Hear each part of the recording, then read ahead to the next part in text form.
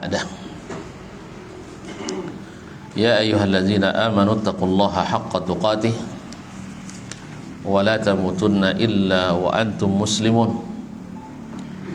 Ya ayyuhan nas ittaqu rabbakumul ladzi khalaqakum min nafsin wahidah wa khalaqa minha zawjaha wa batha minhuma rijalan katsiran wa nisaa'a wattaqullaha allazi tasaaluna bihi wal arham innallaha kana 'alaikum raqibah. Ya ayyuhallazina amanu taqullaha wa qulu qawlan sadida yuslih lakum a'malakum wa yaghfir lakum dhunubakum wa may yuti'illaha wa rasulahu faqad faza fawzan 'azima. Amma ba'd, فإن أصدق الحديث كتاب الله وخير الهدي هدي محمد صلى الله عليه وسلم وشر الأمور محدثاتها وكل محدثة بدعة وكل بدعة ضلالة وكل ضلالة في النار. Alhamdulillah, rasa syukur kepada Allah Subhanahu wa taala atas kesempatan kemudian kesehatan, dorongan iman dan keyakinan kita datang ke tempat yang mudah-mudahan mengangkat derajat dan memuliakan kita, tempat yang menjadi saksi kita rukuk dan sujud kepada Allah, kemudian banyak menegakkan zikrullah, yang salah satunya dengan majlis-majlis al-ilm yang merupakan seutama-utama zikir, yang dianjurkan oleh Nabi untuk selalu kita berada di dalamnya, dan kita dihasung, didorong untuk sentiasa mengikutinya. Berat karena dia sebanding dengan jihad fisabilillah. Mana ada jihad yang ringan ya? Jihad itu semuanya berat, tapi timbangan pahalanya sangat-sangat berat. Dia penyelamat di zaman penuh fitnah dan syubhat, dan pengangkat derajat di saat orang-orang lalai daripada akhirat. Mudah-mudahan Allah menerima kita, menerima syukur kita, sehingga dengannya ditambah nikmatnya kepada kita. Amin. Selawat dan salam kepada baginda Nabi junjungan alam, Nabi besar Muhammad sallallahu alaihi wasallam, kepada para ahlul bait, para sahabat, para tabi'in, dan siapapun yang setia mengikuti sunnahnya sampai hari berbangkit.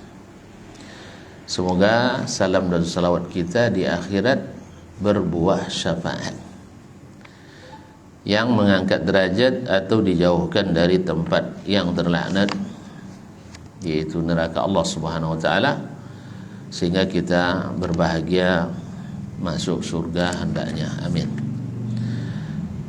Untuk menegakkan itu, maka kita perlu berilmu, dan saat ini kita duduk dalam rangka menuntut ilmu dari sumber yang asli, bukan dari cabang-cabang dan aliran-aliran, karena asli itu murni, bersih, alami. Sedangkan cabang-cabang itu ada yang keruh, ada yang berminyak, ada yang jadi limbah.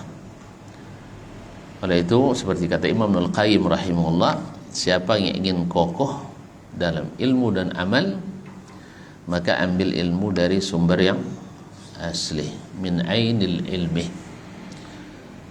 Sebab siapa yang ambil ilmu dari aliran-aliran, terombang-ambing oleh gelombang fitnah dan syubhat. Sedikit syubhat dia akan lewat,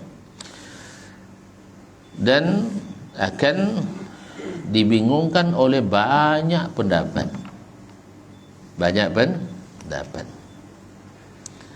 Orang-orang cerdas saja bingung dibuatnya, apalagi yang boku. ya, yang tidak encer, yang tidak cerdas. Dan orang cerdas saja bisa disesatkan, karena yang menyesatkannya kadang lebih cerdas dari yang cerdas itu. Dan sering orang-orang cerdas itu juga jadi alat bagi penyesatan.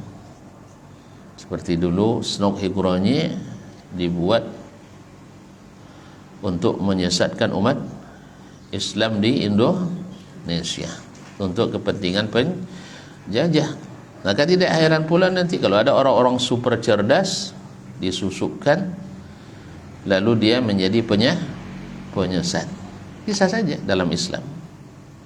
Ya, orang cerdas punya kelebihan sehingga orang cepat terkesima oleh kemampuannya, lupa mereka bahwa pemahamannya sesat, menyesatkan. Nasallallahu as-salamatul afiyah. Untuk itu majelis ilmu adalah obat. Mengikut sunnah adalah penyelamat daripada aliran-aliran sesat. Wa malat ibil ibarat. Dan biasanya kalau ikut aliran-aliran, ikut retorika, ikut logika yang lebih menarik dan sesuai. Oleh sebab itu kita kembalikan kepada ilmu yang asal, yaitu Al-Quran dan sunnah Nabi sallallahu alaihi wasallam, seperti yang dipahami oleh mereka yang tak satu pun dari generasi itu yang menyimpang dan tersesat, yaitu generasi sahabat. Walaupun mereka diterpa oleh banyak fitnah dan subuhat sejak terbunuhnya Amirul Mukminin Umar bin Khattab, gelombang fitnah sudah tidak tertampin lagi, tidak apa lagi. Karena kata Nabi, Umarlah babnya fitnah itu, bab yang menutup pintu fitnah. Ada sedikit yang menyeleweng, maka dia panggil, dia suruh untuk bertobat. Kalau enggak, itulah dipukuli dengan apa namanya, tampuk korma kepalanya sampai pikirannya lurus kembali. Enggak lurus juga, dikirim ke Basrah, dilarang orang berbicara dengannya sampai sembuh. Ya, pikiran-pikiran nyeleneh itu di masa Umar jangan coba-coba. Oleh itu kaum muslimin dan muslimat dirahmati Allah, setelah Umar terbunuh, maka fitnah banyak masuk. Fa radhiyallahu an Umar wa anin sahabatil kiram. Walaupun demikian, karena mereka berpegang teguh pada Al-Quran dan Sunnah menurut pemahaman diajarkan oleh nabinya, bukan menurut keyakinan dan kehendak masing-masing, akhirnya mereka selamat karena mengikut dan taat. Kalau kita banyak membantah dan mendebat, makanya banyak yang tersesat. Alhamdulillah di Indonesia sudah terkumpul lebih dari 400 aliran sesat. Sudah itu mau mulanya Bu. Arab Saudi aliran sesat. Ini tidak ada aliran sesat kecuali Wahab. Ya. Mereka semuanya satu aliran. Ya, kecuali aliran-aliran yang tidak bisa menampakkan diri. Ada pasti orang-orang yang sesat itu pasti ada. Jangankan di zaman sekarang, zaman Nabi saja ada orang munafik. Ada orang munafik zaman Nabi? Banyak sikit. Banyak. Apalagi di zaman sekarang. Karena hukum atau syariat Islam tidaklah punya target menghabiskan orang kafir. Ada target Islam menghabisi orang kafir? Tidak ada target menghabisi orang syirik, orang munafik. Ya Ustaz ya? Kan walaqad zara'na li jahannama katsiran minal jinni wal ins, kami siapkan banyak dari jin dan manusia untuk bahan bakar neraka. Kalau Islam semua? Kalau Islam semua? Tidak ada kayu bakar neraka lagi. Allah sudah siapkan. Nah, makanya syariat hanya memberi pengingat kepada umat manusia masuk surga, ini ikut. Kalau enggak, ikut apa aja lah pasti masuk. Paham enggak? Kalau masuk surga hanya ikut Nabi. Kalau nak masuk neraka, terserah ikut siapa saja pasti masuk Betul kan? 1001 jalan menuju neraka. Tapi kalau menuju masuk surga hanya jalan Allah dan Rasulnya sallallahu alaihi wasallam. Oleh sebab itu kenali aja jalan Nabi. Tidak usah kenal jalan-jalan yang lain itu. Ya kita ikut kenalin, tidak usah dikenali. Kenali jalan Nabi. Kalau udah kenal jalan Nabi, maka kita akan tahu yang berbeda-beda itu pasti bukan jalan Nabi, dan itu peluang ke nerakanya lebih dekat daripada peluang ke surganya. Tapi kalau ikut jalan Nabi pasti masuk surga, kecuali kalau tidak ikhlas karena Allah Subhanahu wa taala. Baiklah kaum muslimin dan muslimat, kembali kita kepada usul ahli hadis bid'awati ila Allah, yaitu kaedah-kaedah dasar, landasan-landasan utama ahli hadis dalam berdakwah kepada Allah. Masih lupa ya. Yang keempat adalah al-i'tiqad as-sahih, yaitu memiliki akidah yang sahih, keyakinan yang benar. Ada keyakinan yang apa, Mat? Usah ribut-ribut dulu. Ada masalah? Iya. Cek kopi dan iya, diam-diam aja, senyap aja, jangan tunjuk-tunjuk. Saya jadi terpengaruh juga saya jadinya. Masa orang nunjuk-nunjuk, orang tak dapat nunjuk-nunjuk. Habis? Baik. Karena saya kalau kuliah, makan, minum boleh, tapi bicara dengan izin. Artinya kalau murid saya bicara, saya berhenti dulu. Boleh bicara tapi saya berhenti dulu. Tapi kalau makan tanpa izin, makanlah apa maunya, tapi jangan makan durian dalam kelas ya. Tidak boleh.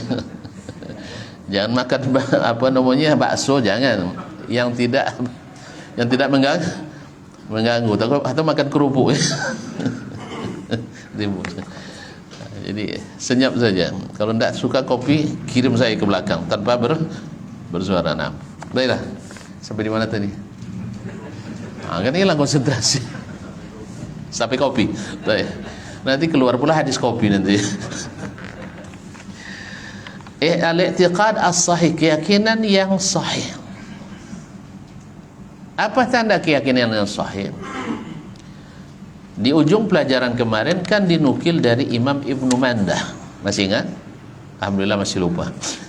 Masih lupa. Bahwa beliau mengatakan sebagai jawaban terhadap tuduhan kaum mubtadi'ah ahli bid'ah, kalau meyakini Allah bersifat dengan sifat-sifat yang disebutkan di dalam Al-Quran dan hadis Nabi, seperti memiliki wajah, seperti memiliki tangan, seperti memiliki kaki, seperti memiliki mata, dan seterusnya, atau bersemayam di atas singgasana, atau datang, atau marah, atau cinta, mensifati Allah dengan sifat-sifat ini menurut ahli bid'ah. Saya katakan ahli bid'ah karena Nabi tak pernah mengatakan itu. Sunnah tak pernah membid'ahkan orang yang mengakui Allah memiliki sifat-sifat itu. Kita tahu justru dari sunnah. Berarti kalau yang mengatakan itu adalah bid'ah, berarti ahli yang mengatakan mengakui sifat Allah itu adalah bid'ah, berarti ahli bid'ah, karena sunnah yang mengatakan itu. Sekarang sunnah mengatakan Allah memiliki tangan, lalu orang lain tanpa dalil sunnah mengatakan Allah tidak memiliki tangan. Siapa yang ahli sunnah?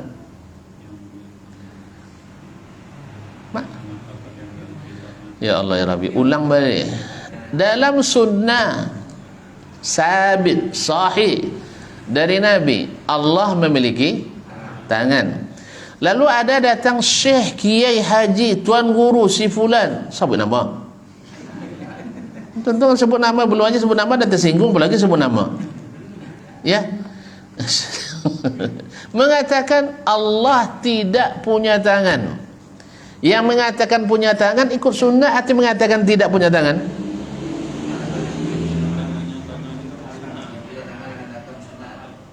Ragu je lah. Sunnah mengatakan Allah punya tangan, Ustaz mengatakan tidak. Mana yang ikut sunnah? Yang mengatakan Allah punya tangan. Lalu kata Ustaz itu hati-hati, karena tangan itu kalau dikatakan tangan berarti Allah punya jisim, sah? Berarti tangannya seperti tangan makhluk, serupa dengan makhluk.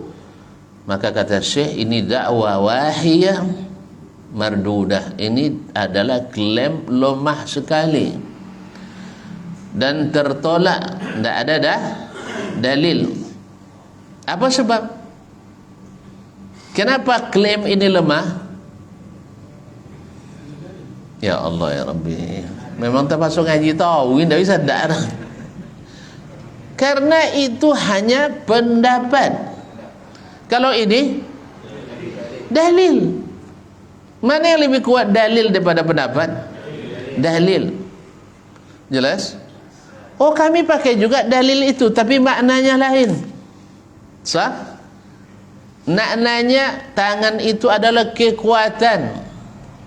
Makna tangan itu adalah kedermawanan, pesuka memberi. Oh, jawab, kami juga mengatakan Allah juga suka memberi.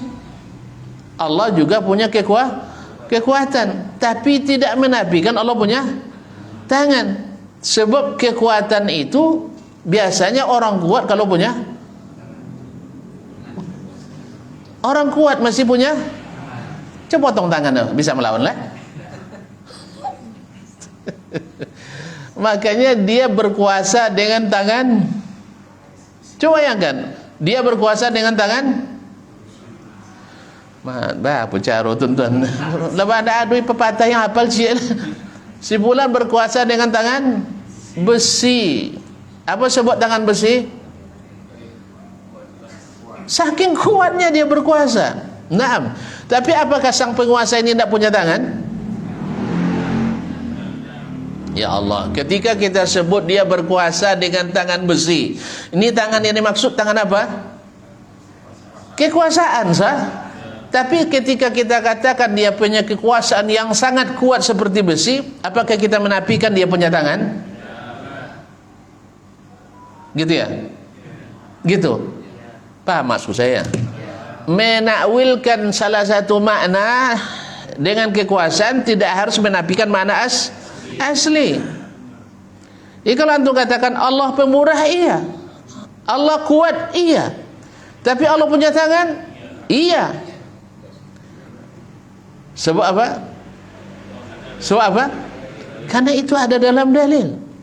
Tidak ada pernah ditafsirkan oleh Nabi SAW bahwa tangan yang dimaksud itu adalah kekuasaan. Lalu antum katakan hanya mana kekuasaan, itu namanya mandai-mandai. Itu mandai-mandai bagus. Tidak ada orang yang suka pada yang mandai-mandai. Dia memang lupa tuan-tuan, terpaksa diulang balik. Terpaksa diulang. Qala Ibnu Mandah menjawab hal itu rahimahullah. Ibnu Mandah tentu tidak juga tahu ya, salah seorang ulama yang hidup di abad keempat yang memiliki kitab banyak, diantaranya adalah As-Sahih. Dia menulis juga kitab hadis dengan nama As-Sahih, seperti Sahih Bukhari, Sahih Muslim, Sahih Ibnu Khuzaimah, Sahih Ibnu Hibban. Dia menulis kitab hadis yang dia syaratkan hadisnya hadis-hadis sahih. Cuman kitabnya tidak sampai pada kita.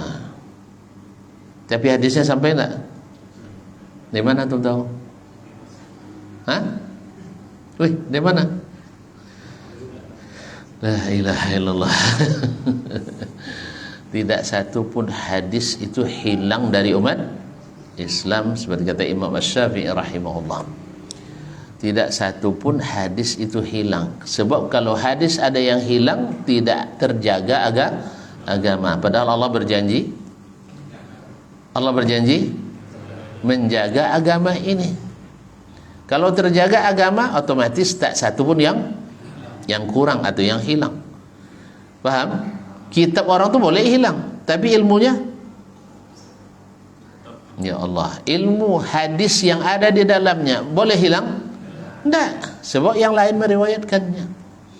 Sekarang kita di kelas ini atau di rumah mengaji ini semuanya hafiz Quran. Malas menyebut ndak ya. Nanti diuji tahulah hafiz Quran semua. Ndak. Tapi ada Al-Quran yang hilang dari ruangan ini? Tak ada. Karena di antara yang Tuan tidak hafal, saya hafal. Di antara yang saya tidak hafal, Tuan juga tidak hafal.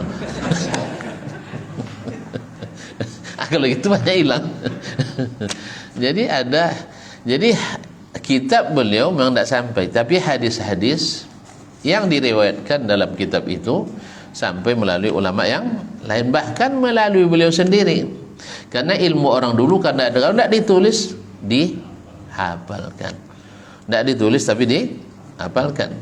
Hafalan mereka tidak seperti HP kita. HP kita ganti HP hilang hafalannya, kadang habis baterai dah hilang hafalannya. Kalau mereka tidak, sepanjang masa hafalnya.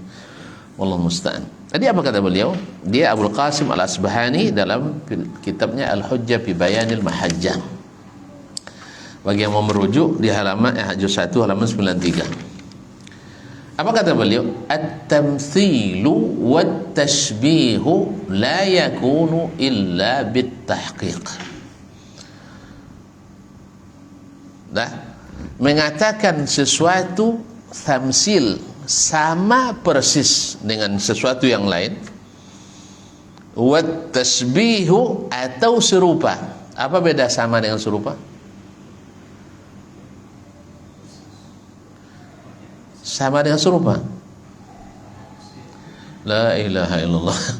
Kalau sama, dari semua sisi sama. Matanya, hidungnya, giginya, kumisnya, senyumnya, marahnya, pitinya, bininya. Itu sama. Itu namanya mithl. Fulan mithlu fulan. Semisalnya. Kalau tasbih,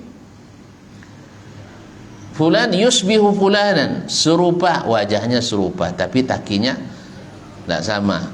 Yang satu tungkai, yang satu pendek, tapi wajahnya sama. Itu namanya tashbih.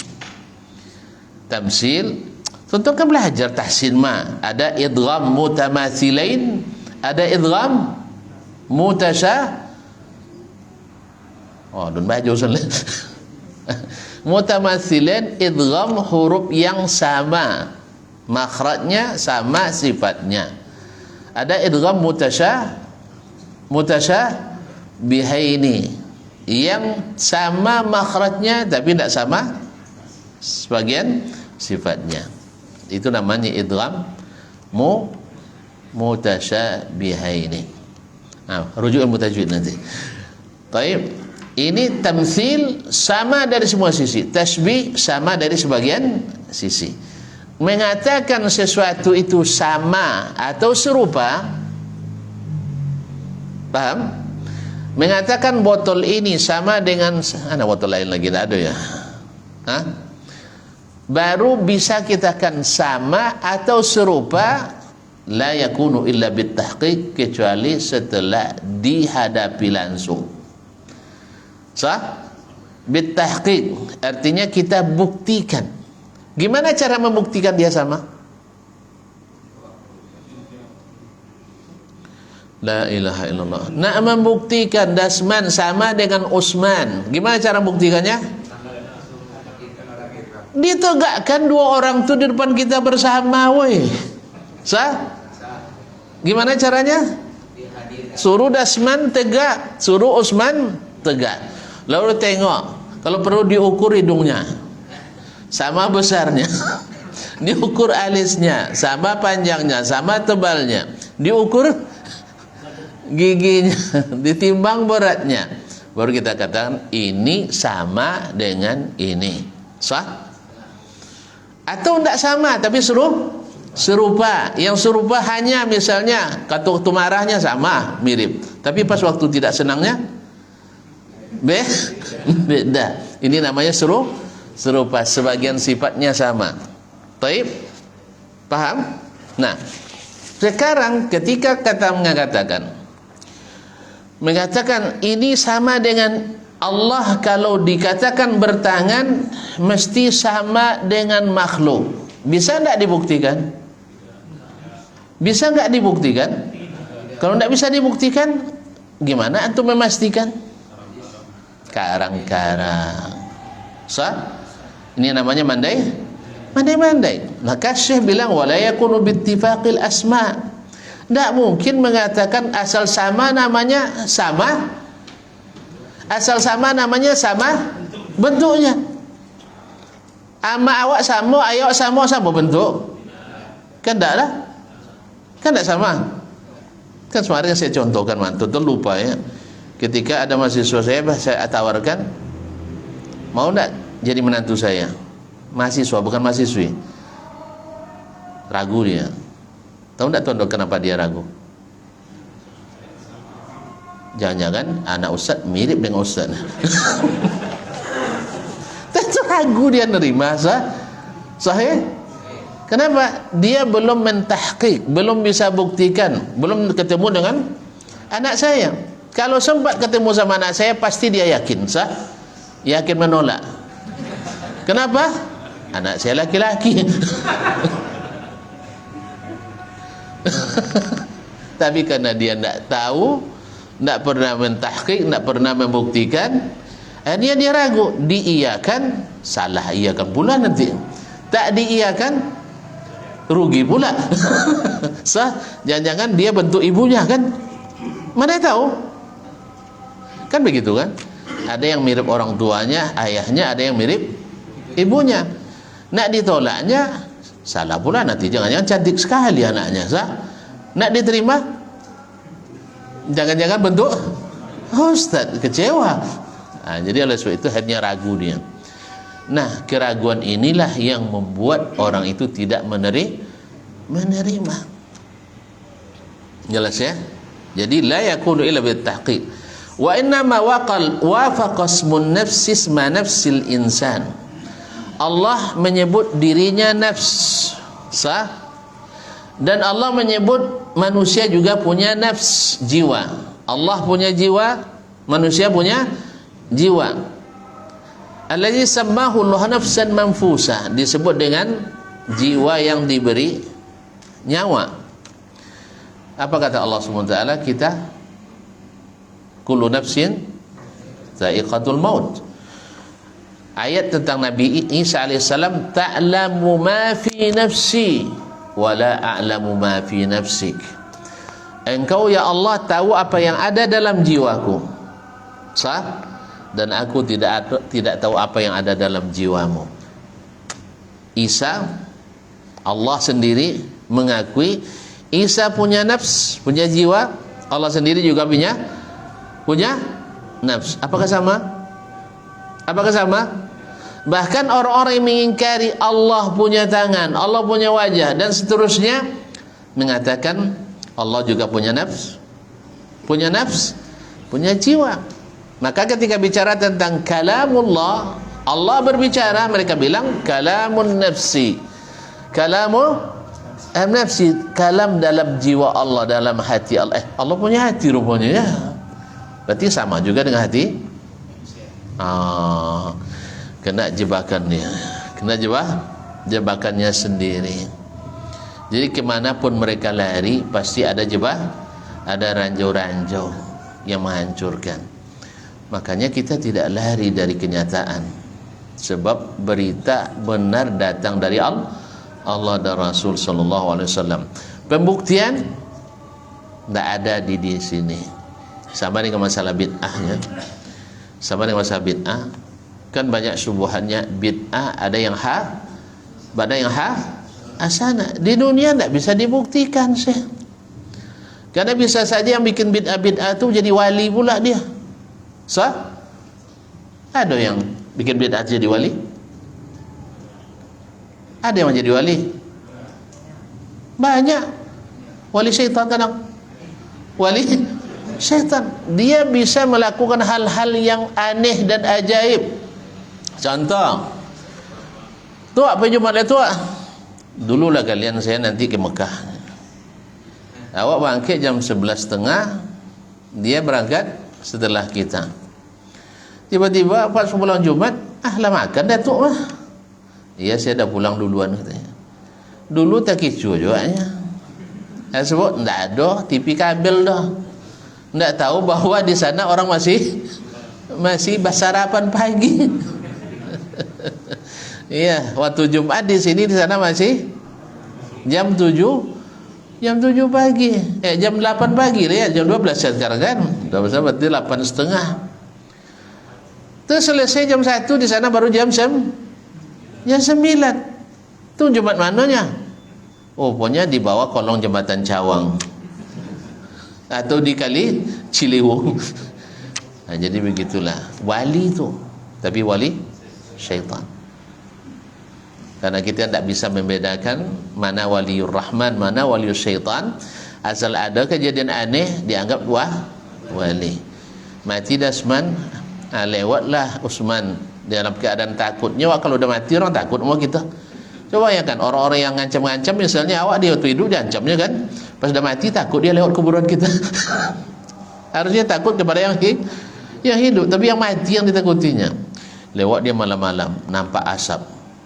Nah, kalau yang nengok orang yang suka, wih asap kuburannya lagi masak mungkin, keramat tuh katanya. Tapi bagi yang benci, itulah kena azab dia, kena. Ayo syaitan tuh begitu dia. Dia kan tidak ada yang berani mecek langsung ke kuburan tuh kan, jarang itu, pastilah lari. Kadang terbau, kalau bau busuk, berarti kalau pecintanya walaupun busuk harum juga dikatakannya. Besok berbondong-bondong orang mengkeramatkan kuburan itu.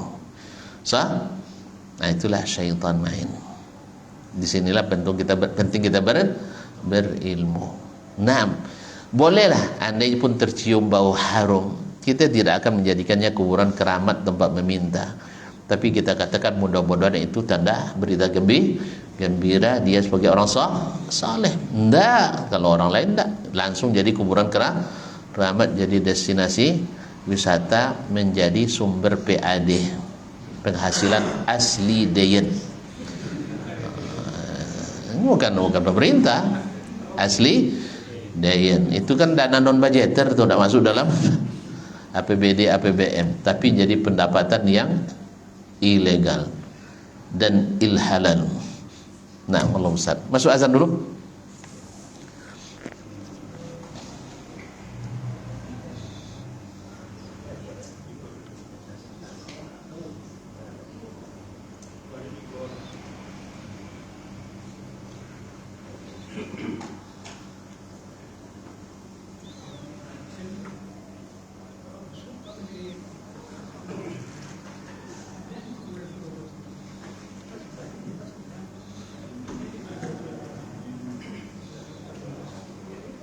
Allahu Akbar, Allahu Akbar, Allahu Akbar, Allahu Akbar, Allahu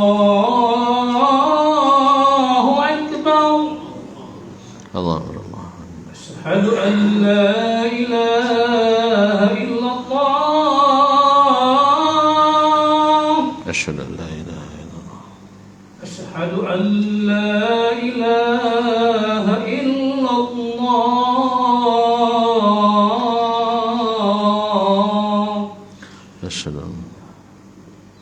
Asyhadu anna Muhammadar Rasulullah, Asyhadu anna Muhammadar Rasulullah, Asyhadu anna Muhammadar Rasulullah. Hayya 'alas shalah,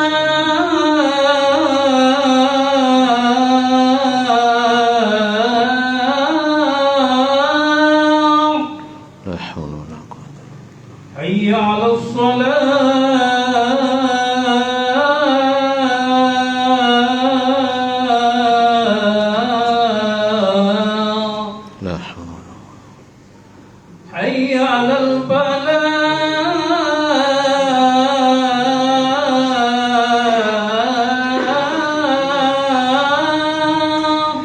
La haula wala quwwata. حي على الفلاح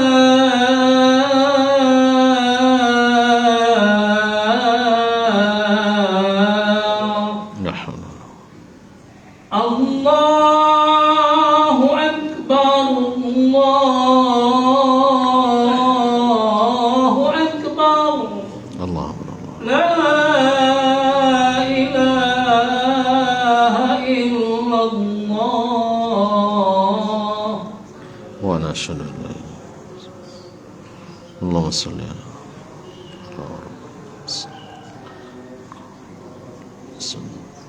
Tayyib kaum muslimin dan muslimat yang rahmati Allah. Jadi Allah mengikrarkan, mengatakan dalam ayat ta'lamu ma fi nafsi wa la a'lamu ma fi nafsik. Allah, engkau tahu apa yang ada dalam jiwaku dan apa aku tidak tahu apa yang ada dalam dirimu. Dan Allah sendiri yang mengatakan itu. Maka kalimat nafs pada asalnya lillah, pada asalnya adalah lillahi tabaraka wa ta'ala. Lalu Allah izinkan bagi hamba menggunakannya sebagai musta'aratun li khalqihi. Kata Imam Ibn Mandah rahimahullah, manahaha ibadahu lil ma'rifah. Nama itu atau sifat itu Allah berikan kepada hambanya untuk dikenali, untuk melihat ini nafsu fulan, ini nafsu fulan. Naam. Famin hadhihi sifat allati yuthbitunaha, di antara sifat-sifat yang mereka isbat. Karena orang beriman itu lebih banyak menisbat, mengakui, mengimani daripada lawan isbat, menolak, menafikan. Ya. Kita tidak akan nafikan kecuali yang Allah nafikan dari dirinya. Dan tidak akan mengisbatkan kecuali yang Allah isbatkan untuk dirinya. Karena Allah lebih tahu cara menjelaskan tentang dirinya kepada hambanya dari hamba menjelaskan Allah tentang Allah daripada Allah sendiri. Allah lebih tahu bagaimana menjelaskan tentang dirinya daripada hamba menjelaskan tentang Allah tabaraka wa ta'ala. Maka sekali lagi, kaidah yang disampaikan oleh Ibnu Mandah tadi, tidak mungkin dibuktikan sama, semisal atau mirip, yaitu syabah, kecuali bitahqiq, kecuali dengan pembuktian. Nah, pembuktian itu enggak ada di sini. Ada pembuktian kita bisa membandingkan Allah dengan makhluk di sini? Kecuali tuan-tuan sudah sama pula dengan wali tadi. Ya, kan banyak wali seperti kita cerita Syekh Abdul Qadir Al-Jilani. Syekh Abdul Qadir Al-Jilani tidak seperti yang disebut dalam manakiban yang sering dibaca orang itu. Itu banyak seperti cerita Wali Songo juga. Banyak cerita Tasongo yang dibuat. Tahu cerita Tasongo? Terkojik-kojik orang dibuatnya. Iya. Awak dulu ketika di pondok di Darun Nahdha, ada filem Wali Songo di tempat apa hiburan? Ya waktu itu ADB nama. Apa ya? Acu Kapten apa ya? ADB nya kan? Lain, alhamdulillah. Jadi kami kan tak boleh pergi itu. Tapi ketika ada filem Wali Songo, minta izin ke Buya. Ketua asrama. Buya boleh apa nengok filem Islamnya ya? Filem Islam. Kan Wali Songo kan? Tak ada Wali Songonya. Wali 9, wali itu tak filem Islam itu. Ya Allah ya Rabbi. Filem wali tak Islami? Ya Islami. Makanya dibolehkan sama ya, pergilah Pak. Tapi walaupun boleh pergi, tetap juga malu masuk. Untung masih ada malu juga masuk. Sehingga waktu masuk di pintu gerbang dia ditutup juga muka itu dengan jaket gitu. Karena tidak tempat biasa kita tidak biasa kita masuk. Tapi gara-gara filem Islam masuk juga kita. Kan dapat izin. Sah? Kalau sekarang mana mau lagi. Nah, jadi kaum muslimin muslimat, tengok rupanya isinya adalah film lemu semua, bukan film ilmu. Itu film lemu. Nah, terbelah gunung kan. Nah, pokoknya film lemu atau film lemu. Film mantra-mantra. Jadi tidak sesuai dengan kondisi aslinya. Jadi kalau tengok di Wali Songo di film itu ahli bid'ah hasanah sudah. Ahli bid'ah hasanah. Padahal melalui kitab-kitab yang mereka tulis seperti yang pernah dibacakan oleh guru kita Syekh Zainal Abidin rahimahullah, yang pandai bahasa kromo ingkil itu ya, yang paham dia kan. Ternyata banyak di antara mereka yang ahli sunnah. Tadi kita bilang tadi bahasana semuanya ahli sunnah. Ya. Allah musta'an. Banyak di antara pendapat mereka yang ini. Nah, Syekh Abdul Qadir Al-Jilani rahimahullah pernah berjalan di suatu tempat di tanah padang Sahara sendirian. Tiba-tiba turun cahaya dari atas. Dari balik cahaya ada yang ngomong, "Ya Abdul Qadir." Pakai bahasa Arab mah. "Innani ana rabbuk." Saya adalah Tuhanmu. Fastami' lima yuha ilaik. Dengarkan apa yang akan diwahyukan kepadamu. Apa jawaban Syekh Abdul Qadir? Nah, kira-kira siap laksanakan? Hah? Tentulah sama banyak. Beliau adalah alim. Sampai Syekhul Islam Taimiyah mengakui ilmunya atas sunnah. Ikut ahlus sunnah. Baca kitab Al-Ghunyah kita akan paham bahwa beliau adalah berkeyakinan as-salaf. Jadi kaum muslimin dan muslimat dirahmati Allah, apa kata Syekh Abdul Qadir? Kazabta ya adu wallah. Kamu pembohong wahai musuh Allah. Kok dibilang musuh Allah? Padahal hijabnya cahaya. Kan dia ngomong dari balik cahaya. Allah kan hijabnya cahaya. Kan sama kan? Nah, kok bisa dia tahu bahwa itu syaitan? Ayo jawab. Berarti tuan-tuan kalau dapat nih kayaknya tidak bisa juga bedakan. Kenapa Syekh Abdul Qadir langsung tahu bahwa itu bukan Allah? Kadang dia ngaku innani ana rabbuk, saya ada Rabbmu. Dan dia tampil dengan hijab cahaya. Dan keyakinan umat Islam semuanya di dunia bahwa hijab Allah adalah cahaya. Apalagi yang membuat antum ragu? Hah? Oh. Karena Syekh Abdul Qadir tahu bahwasanya Allah tak pernah bicara langsung kepada hambanya di dunia kecuali kepada Nabi Musa alaihissalam. Tu catat tu nanti datang ke malam. Iya, bahwa yang menjadi kalimullah hanya Nabi Musa alaihissalam. Jelas? Yang kedua, Imam Abdul Qadir Al-Jilani rahimahullah tahu, wa ma kana li basharin an yukallimahu Allah illa wahyan. Tidak seorang pun yang Allah ajak bicara dari hamba-hambanya kecuali melalui wahyu. Ini bukan langsung. Au min wara'i hijab, atau dari balik hijab. Yang ketiga, bahwasanya Allah tak turun ke bumi sewaktu di dunia. Allah akan turun nanti di padang mahsyar. Ma'asyiral kiram dirahmati Allah Subhanahu wa taala, khilaf apakah Allah turun di Tursina atau Allah mendekatkan Musa sehingga suaranya terdengar oleh Nabi Musa alaihi salam.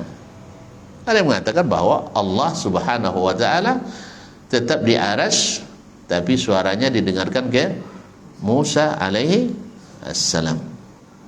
Ala kulli hal, maka Allah tidak turun. Yang ketiga, bahwasanya siapa yang menerima wahyu berarti jadi nabi. Dan Syekh Abdul Qadir tahu bahwa nabi tidak ada lagi setelah Nabi Muhammad sallallahu alaihi wasallam. Bahkan siapa yang meyakini ada nabi setelah Nabi Muhammad kafir. Yang kelima. Nah, cukup 4 aja ya. Yang 2 aja dah mulai hilang ya. Nah, jadi begitulah orang berilmu langsung paham bahwa ini bukan Tuhan tapi syaitan. Mendengar itu syaitan terbahak-bahak. Kamu hebat Abdul Qadir katanya. Sudah banyak syekh yang saya sesatkan dengan cara ini. Jadi yang terbuka-buka kasyaf itu katanya terbuka hijab bertemu dengan Tuhan, nerima wahyu langsung. Itulah model tuh ilmu ulu kasok tuh. Ilmu ulu kasok. Kan pernah tuan-tuan dengar tuh? Orang-orang sufi selalu mengatakan kalian nuntut ilmu dari yang sudah mati. Kami dapat ilmu dari yang maha hidup dan tak pernah mati. Syaitan itu yang datang padanya. Macam mana pula dia bisa membedakan nuntut ilmu tak pernah. Masuk berbaiat, habis itu berselubung atau berkelambu, habis itu bertapa, habis itu zikir masing-masing atau bersama-sama, zikir yang pula tidak disyariat pula kadang-kadang, tiba-tiba datang wahyu. Padahal lawan wahyu wangsit, dah lupa tuan-tuan. Wangsit dari syaitan. Kalau wahyu dari Allah tabaraka wa ta'ala. Masa ia langsung jadi ilmu laduni saja, padahal itu hanya ilmu ladini. Kadang-kadang ilmu ladini, ilmu yang bukan agama. Wallahu musta'an. Sehingga melahirkanlah walid-walid yang banyak. Tahu walid nak dewi boleh tak? Dia macam tak faham je tuan-tuan. Suka dengan yang pulgar-pulgar aja. Inilah akibatnya menuntut ilmu dengan cara yang tidak berilmu. Itu setan masuk. Sehingga punya keyakinan bahwa syekh nikah dengan istri muridnya secara batin. Sedangkan murid nikah dengan istrinya secara zahir. Makanya murid nikah perlu saksi. Guru nikah sembunyi. Paham tak? Muridnya nikah sama istrinya, panggil KUA, panggil saksi, panggil orang walimah, sah? Nanti kalau gurunya perlu istri muridnya, panggil diam. Untung kalian tak pernah. Alhamdulillah. Paham tak? Jadi baginya sudah sah. Apa sebab? Nikah secara batin. Mana yang perlu, nikah batin atau nikah zahir? Batin. Kata dia. Mana yang atau dia perhatikan, hati atau badan?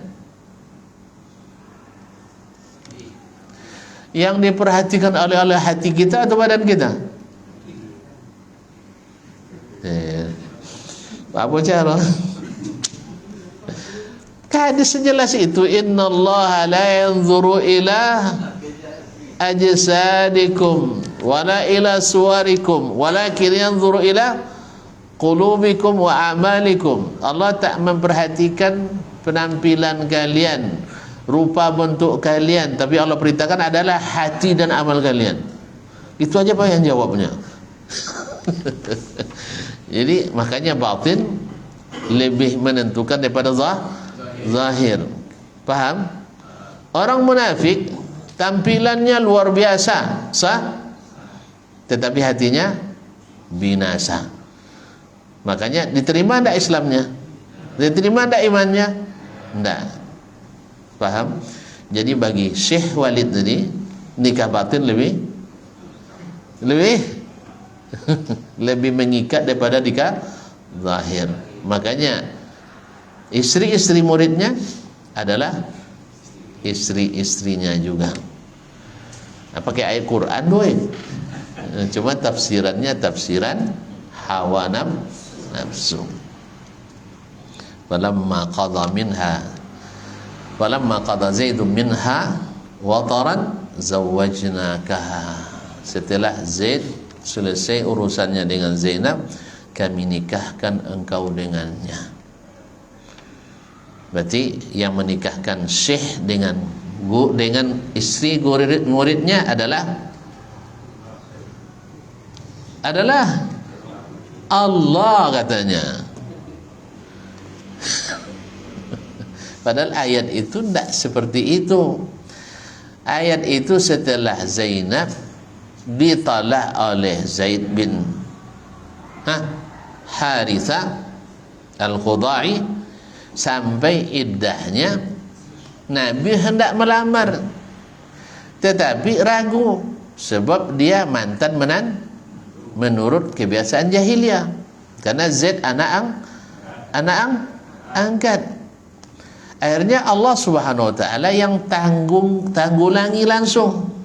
Sebab kalau manusia nanti banyak bicara orang. Tapi kalau Allah yang langsung, la ilaha illallah. Kalau Allah yang langsung turunkan ayatnya, menanggulangi langsung. Ada lagi komentar orang Islam? Orang munafik?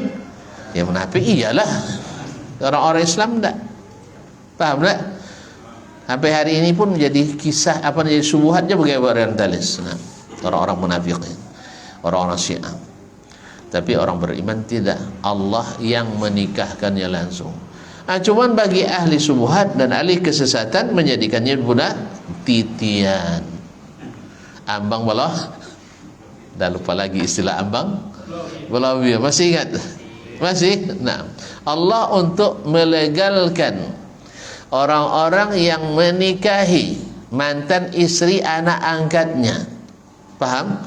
Kalau sempat antum punya anak angkat, menikah, habis itu dia ceraikan istrinya, ya, antum nak pelihara jandanya, tak mahram. Daripada susah memeliharanya, dimahramkan. Dengan cara apa? Nikahi. Tapi jangan bilang Allah yang nikahkan, tak. Tapi KUA. Kalau antum sudah punya istri pertama, izin harus diurus dulu. Pertama tanda tangannya, kedua hasil sidang dengannya. Kalau dulu cukup tanda tangan, sekarang disuruh bersidang di pengadilan agama.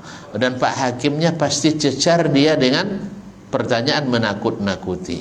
Le tolok damaknya. Payah jadi madu tuh. Antum dapat provokasi seperti itu. Siapa yang mau ndak jadi Pak Hakimnya? Ndak saya izinkan. Ada aja kerja Pak Hakim sekarang. Ya macam dia ndak mau juga, sebenarnya dia mau juga sebenarnya. Cobalah Pak Hakim tuh seharusnya membujuk sang istri tadi, supaya nanti ketika dia mau nikah ada yang mendoakan. Dia nak nikah juga sebenarnya, tapi kerja nakut-nakuti istri orang. Dah salah pasang Pak Hakim. Dia kaum muslimin dan muslimat dan hati Allah. La ilaha illallah. Mana simpangnya tadi? Simpangnya mana? Tentu lupa jalan. Betul tidak sampai-sampai kita.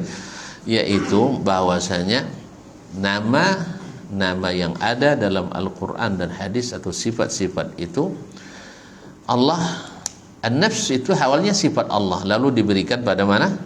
Manusia, dipinjamkan ke manusia. Karena nafsu itu artinya berdiri sendiri. Ya, seolah-olah manusia itu orang kuat yang bisa berdiri sendiri, padahal yang berdiri sendiri hanya Allah Subhanahu wa ta'ala. Nah, kemudian untuk lil ma'rifah, supaya dikenali. Jadi sepulan. Sama dengan harta. Harta itu semuanya milik Allah, lalu dinisbatkan kepada hamba. Akhirnya dia jadi orang kaya. Padahal yang kaya itu adalah Allah, yang berkuasa itu Allah SWT. Maka orang berharta tak boleh sombong. Kalau sombong Allah murka. Makanya Qarun Ketika ngaku ini dapat berkat ilmu saya, kepandaian saya, kelihayan saya, fakhasabna bihi wa bidarihil ardah. Lalu kami benamkan dia dengan hartanya itu ke dalam bumi. Menyebarlah harta Qarun kemana-mana. Ada yang timbul di Papua, di Freeport. Ada yang timbul di Riau melalui Caltech dan Chevron. Sekarang Pertamina. Ada yang timbul di Arab Saudi melalui Aramco dan sebagainya. Semua harta karun saking kayanya, tapi tidak bermanfaat. Wa makana min fi'atin yansurunahu wa makana minal muntasirin. Yang dia banggakan itu tak satu golongan pun bisa membantunya, dan dia sendiri juga tidak mendapatkan kemenangan. Jelas? Allah pinjamkan, dah sombong. Baru pinjaman online pula ya. Allah Ustaz. Baiklah kaum muslimin dan muslimat dan mati Allah, masih dalam mukaddimah juga nampaknya. Nah, masih dalam mukaddimah tapi tidak apa-apa. Kalau mukaddimahnya kuat, nanti jalannya kuat juga, tidak tersiar-siar. Bahwasanya untuk mengatakan ini kaidah ini penting. Sesuatu ini sama atau mirip mesti dibuktikan. Kalau tidak bisa dibuktikan, maka kita yakini seperti yang dikabarkan. Karena tadi mereka takut kalau diakui seperti itu serupa ini dengan makhluk. Kita katakan, di mana anda mengatakan serupa? Pada anda belum membanding, belum membuktikannya. Oh, menurut pikiran saya, pikiran anda terlambat, lambat jago. Ya, kalau pikiran kami tidak. Sama dengan sahabat. Sahabat tak pernah membayangkan seperti antum bayangkan. Maka kami ikuti mereka. Para tabi'in yang belajar pada sahabat tidak pernah membayangkan apa yang kalian bayangkan. Maka mereka kami ikuti pula. Apa buktinya? Karena pendahulu kalian menentang apa yang diyakini oleh tabi'in yang mengikuti sahabat, dan menentang yang diyakini oleh tabi'in yang mengikuti sahabat. Buktinya Al-Mu'tazilah dan Al-Jahmiyah, Al-Kullabiyah, Al-Asy'ariyah mesti bertentangan terus dengan ahli hadis. Sah? Iya dah. Bertentangan dengan Imam Ahmad, bertentangan dengan Ahmad bin Nasr Al-Marwazi, bertentangan dengan Yahya bin Ma'in, bertentangan dengan Al-Bukhari, bertentangan dengan Ali Al-Madini, bertentangan dengan Abdullah Mubarak, Sufyan Ats-Tsauri, Sufyan bin Uyainah. Dan inilah a'immatus sunnah. Sedangkan yang menentang itu adalah seperti Al-Karabisi, tidak dikenal dengan sunnah. Abul Walid Al-Karabisi tidak dikenal dengan sunnah. Siapa lagi? Al-Jahmi, Jahmi Sofwan, tidak kenal dengan sunnah. Wasil bin Atha Al-Khurasani juga tidak kenal dengan sunnah. Seluruh penentangnya tidak dikenal dengan ahli hadis. Semuanya adalah ahlil kalam. Tahu ahli kalam? Yang terang jadi kelam. Yang jelas-jelas kata Allah dan Rasul, sampai di tangan mereka jadi kabur kembali. Jangan salahkan Al-Quran dan hadis. Akal kita yang sudah terkontaminasi oleh subuhat. Dimanapun datang subuhatnya, baik dari Yunani maupun dari kaum Mu'tazilah yang ilmunya juga berasal dari filsafat Yunani. Wallahul musta'an. Dah, gitu aja lah dulu ya, sampai terbukti nanti. Nah, pembuktian nanti melihat Allah baru di akhirat. Kalau di situ baru ngaku nanti takasih kita. Tahu takasih? Takasih. Gimana ya menerjemahkan takasih? Terkesiap, terkesima.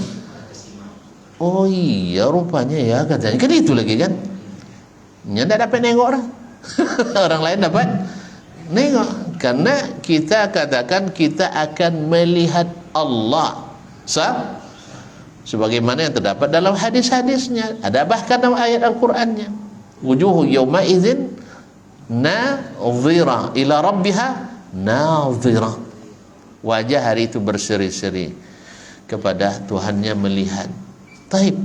Kalla innahum an rabbihim yawma idzin la mahjubun. Sebaliknya orang-orang yang tidak percaya pada Allah, orang-orang kafir akan terhijab, tidak dapat nikmat. Nabi berdoa, ya Allah beri saya rezeki, warzuqni ladzatan nazari ila wajhikal karim. Beri saya kenikmatan melihat wajahmu yang maha mulia. Sah. Ini doa Nabi. Nabi boleh berdoa sesuatu yang tak mungkin dikabulkan? Boleh tak kita berdoa sesuatu yang tak akan terkabul? Tak boleh. Siapa yang bilang boleh tadi? Tak boleh. Nabi melarang kita. Misalnya jangan berdoa, ya Allah beri rahmat saya satu orang saja, yang lain jangan. Boleh tak? Tak akan dikabulkan Allah itu. Nah, seperti doa seorang Arabi tadi kan, yang sudahlah bikin perangi, buang air di dalam masjid. Lalu sahabat nak menghentikannya, dilarang oleh Nabi. Itu datang kepada Nabi sallallahu alaihi wasallam, lalu Nabi nasihati. Akhirnya apa dia bilang? Allahumma arhamni wa Muhammadan wa la tarham ma'ana hada. Ya Allah, beri saya rahmat dan Muhammad saja, yang lain jangan. Marah Nabi, waqad wasa'ta wasi'an aw laqad dayyaqta wasi'an, atau kama qala sallallahu alaihi wasallam, engkau telah mempersempit yang maha luas rahmatnya, yang dipersempit. Jangan gara-gara kamu marah makanya berdoa dan kena marah, tak boleh kan? Jadi berdoa sesuatu yang tak mungkin terkabul dilarang. Nah, ketika Nabi berdoa minta melihat wajah Allah, berarti doanya terkabul. Maka kita ikuti pula minta itu. Tak mungkin akan minta melihat Allah kecuali orang yang yakin akan melihat wajahnya. Ya, tu cik wajah aja nya. Lah dapat tengok wajah layur we. Sah? Wala yuhituna bihi ilma. Kita tidak akan mungkin menguasai dengan ilmu kita terhadap Allah Subhanahu wa taala. Tuan-tuan, kalau nengok yang diinginkan, jen wajah leh, kuku nampak dah tergila-gila gitu, sah? Macam tak pernah juga tuan-tuan baca kisah Qais Laila.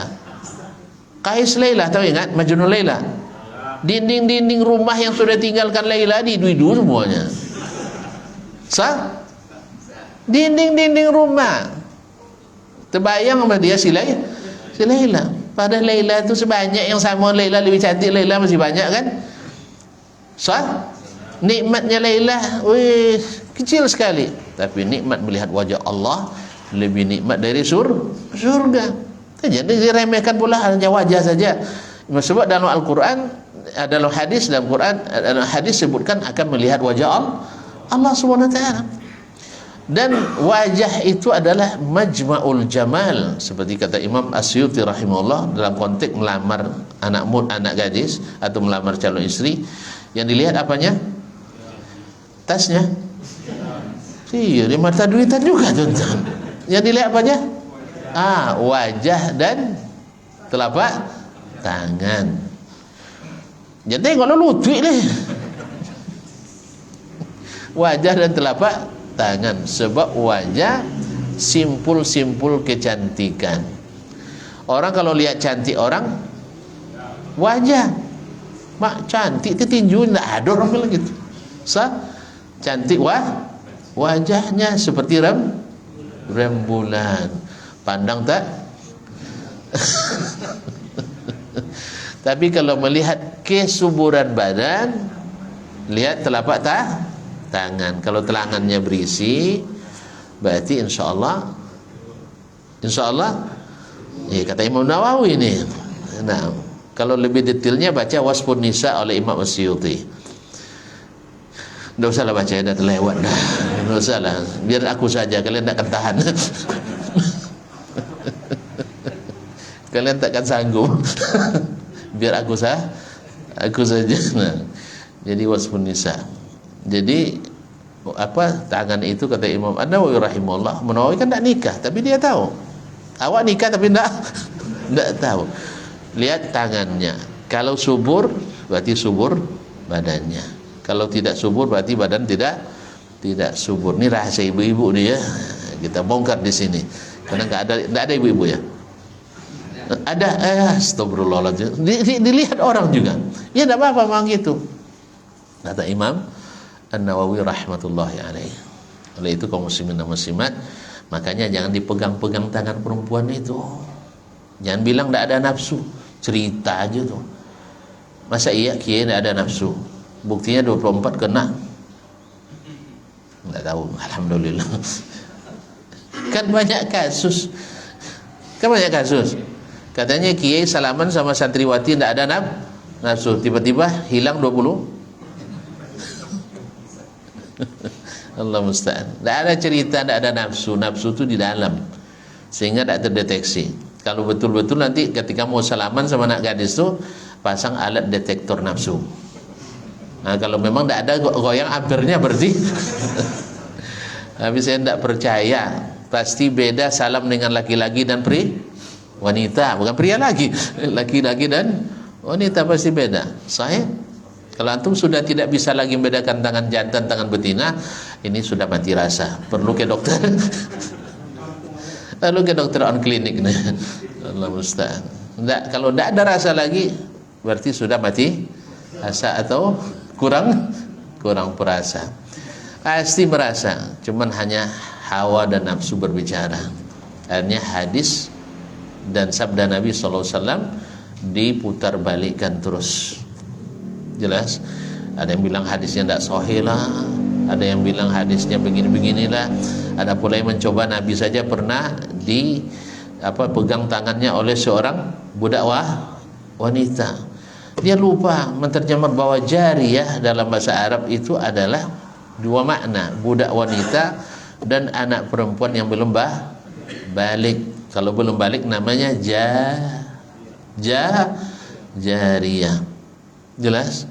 Maka kadang-kadang juga diitlakkan kepada hamba sahaya perempuan. Hamba sahaya perempuan walaupun sudah balik kadang-kadang disebut juga jariyah, tapi pada umumnya yang belum balik. Jadi dalam hadis itu datang seorang jariyah, anak gadis kecil, memegang tangan Nabi. Boleh tak tangan saya dipegang oleh anak gadis kecil yang belum balik? Serius? Tak curiga? Tak curiga? Enggak kan? Alhamdulillah. Kalau orang yang normal, insya Allah tidak ada masalah. Tapi kalau yang tidak normal, hati-hati juga. Nah, ya anak kecil digandengnya tangan Nabi keliling Madinah. Nabi kan adalah mas penyayang kepada anak-anak. Diikutin terus. Buktinya tidak ada Ummuhal Mukminin yang protes. Kalau sebab anak gadis yang belum nikah, diprotes tidak? Apa jangan Nabi? Kamilah 9 menyikap. Nah, jadi tidak diprotes karena mereka tahu menggandeng anak yang belum balik adalah hak. Paham tak sih? Banyak anak-anak teman-teman kita dulu kita gendong-gendong waktu kecil, sekarang jangan digendong lagi kecuali pakai SIM, surat izin menggendong. Iya kan? Tapi kan tidak mau pula dia. Jarak umur 30 tahun mana ada yang mau? Nah, jadi waktu kecil boleh, tapi setelah itu tidak. Wallahu musta'an. Apa kesimpulannya? Kaji malam ini bahwa segala sesuatu tentang Allah dalam Al-Quran dan Sunnah wajib diimani. Itulah manhaj ahlul hadis, ahlus sunnah. Sedangkan ahlul bid'ah bertentangan dengan ini. Mereka mengatakan mengiyakan sifat-sifat zatiyah Allah sebagiannya atau katakanlah sebagian besarnya dinafikan oleh mereka dengan alasan kalau diiyakan kita akan jatuh pada tamtsil, menyamakan, wa tashbih, menyerupakan. Lalu dijawab oleh Imam Ibnu Mandah dan ulama Ahlussunnah yang lain bahwasanya menyatakan sesuatu itu sama atau serupa tak mungkin kecuali dengan tahqiq, dengan pembuktian. Artinya dihadirkan dua-duanya. Bahwa ketika kita mengatakan kalau Allah di atas arsy sama dengan raja di atas singgasana, hadirkan raja itu, hadirkan Allah di depan kita. Nampak, baru kita katakan itu serupa kan? Atau itu tidak serupa. Dan ini mungkin atau tidak? Tidak mungkin. Tidak ada SPPD untuk kunjungan ilmiah ke aras. Kan ada lah, jangan ke aras Allah, ke aras raja aja bayar kita nak berapa SPPD. Tuan-tuan nak misalnya nak kunjungan ke Raja Brunei aja, Raja Malaysia misalnya, bisa mudah? Mudah tak? Melalui Pak Prabowo aja belum tentu kita diizinkan sahih, kecuali awak kemanakan nampak dirinya. Nah, ya karena menemui Pak Prabowo aja dah payah juga kan, apalagi minta izin bertemu dengan raja itu, apalagi untuk ke langit. Kelas-kelas awak lu besok temu di langit nampak lah, kecuali dah inna lillahi wa inna ilaihi raji'un. Kalau lain mati tayyib, mati husnul khatimah, lancar perjalanan ke atas kembalinya. Tapi kalau enggak, apalagi yang banyak utang pula enggak dibayar, terkatung-katung enggak bahasa duit sana masuk, kecuali Allah SWT yang bayarkan untuk kita. Karena disebutkan siapa yang berhutang ingin membayar tapi tidak sanggup, Allah yang akan bantu membayarkannya. Gimana caranya? Allah yang lebih tahu. Mungkin Allah jadikan orang lain bersedia membayarkannya. Misalnya kalau dia berhutang waktu hidup nak Muhammad bayur, tapi lah mati dua euro dah misal kan. Kalau ustaz nak hutang tu ni dah saya yang bayar. Itu kan cara Allah untuk membayar hutang saya. Atau dicewang dah waktu hidup sogannya tapi lah mati banyak utang ustaz duanya. Misal kan, ada yang kasihan ustaz tak ada yang bayar hutangnya misal. Ya mak dia? Tak sampai haruannya, tak sampai arwah ustaz payah lu buat dia. Jadi kalau itu kaum muslimin dan muslimat dirahmati Allah, kita tidak punya akses untuk membuktikan sama atau tidak. Kan itu ya. Tapi yang jelas Allah pasti tidak sama dengan makhluk. Laisa kamitslihi syai'un. Berarti kalau dia katakan dia di atas dan di lain-lain dia sebutkan bahwa dia tidak sama, kita katakan di atasnya Allah, di atas arasnya Allah tidak sama dengan di atas arasnya Raja. Dah, pastikan itu. Sehingga tidak ada ayat yang ditolak. Beda dengan ahli bid'ah. Ayat ini diterimanya, ayat yang lain ditolaknya. Kalau kita tidak ada satupun ayat yang ditolak. Alasannya tadi, kalau diakui Allah di atas, berarti kita mujassim, kita mumatsil, kita musyabbih menurut pemahamannya. Kalau menurut pemahaman kita kan tidak. Pernah tuan-tuan membayangkan Allah duduk di atas itu seperti duduknya raja? Tak pernah. Mereka aja yang bayangkan. Ya salah akidah tu bayang. Kalau kita tidak pernah bayangkan. Pernah kita meyakini Allah punya batang tubuh jisim? Tidak pernah kita bayangkan. Karena kita tahu bahwa laisa kamitslihi syai'un. Otak yang akal yang kita miliki saja beda-beda kok. Otak antum berapa IQ-nya? Aku aja loh Ustaz. Rendah-rendah sedikit dari saya tidak apa-apa. Dan jangan saya lebih rendah lagi. Saya tidak malu juga. Ayo kita tes IQ. Tidak usah lihat, saya malas tes IQ, takut nanti rendah. Ini takut pula rendah tesnya kan. Awak ada waktu belajar lah tinggi nilai, rupanya IQ rendah. Dan nanti cuma orang pula ada. Nah, siapa yang dah pernah tes IQ? Belum pernah ya? Kita tes ya ramai-ramai. Nah, apa nak tes mak? Takutnya tesnya tinggi nilai. Kalau tes labur bikin masalah ya. Allah musta'an. Jadi paham ya? Jadi syubhat, ahli syubhat di sini tidak mempan dan tidak benar karena mereka tidak punya pembuktian. Berarti derajat kita dengan mereka sama, dari segi akal sama. Akal kita menerima, akal mereka menolak. Akal mereka membayangkan, akal kita tidak membayangkan. Tinggal kelebihan kita punya ilmu lebih. Apa itu? Allah dan Rasulnya memberitahukan kepada kita bahwa Allah begini, dia begini, dia begini. Jawaban kita, siapa yang mengatakan Allah di atas aras? Allah dan Rasulnya. Sah? Bukan saya. Andainya Allah dan bilang tidak, kita katakan tidak. Andai Rasul katakan tidak, kita katakan tidak. Andai Allah diam, Rasul diam, kita diam. Sah? Tapi ketika Allah yang nyatakan, kita nyatakan. Ketika Rasul yang katakan, kita katakan. Ketika para sahabat mendiamkan, berarti diamnya setuju atau tidak tahu? Ini orang ini bilang tidak tahu katanya. Masa iya orang hebat nggak tahu, kita yang kurang hebat tak tahu? Kan menyanyi nama itu.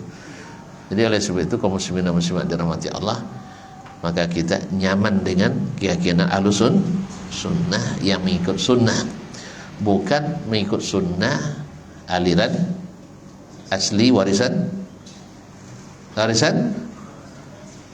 Jawa ya.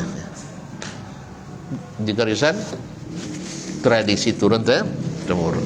Nah, kita berdasarkan Al-Quran Sunnah. Karena kita Ahlus Sunnah, maka dalilnya adalah sunnah, bukan logika, bukan retorika. Baik. Nampaknya kaji mengulang saja.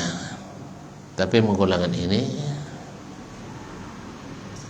penting sekali. Supaya semakin kokoh.